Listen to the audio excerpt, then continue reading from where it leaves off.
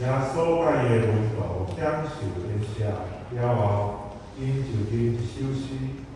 然后去到伫橄榄山的一个叫做克西马尼园的所在。伫遐，耶稣对因讲：“恁坐遮等等候我去祈祷。”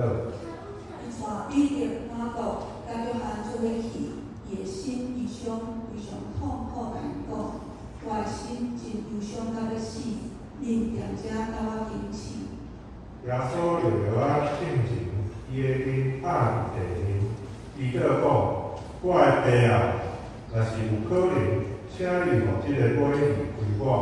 总是毋是照我所爱，是着照你的旨意去行。”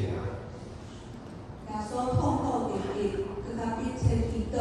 伊甲汗亲像大滴血滴落伫土里。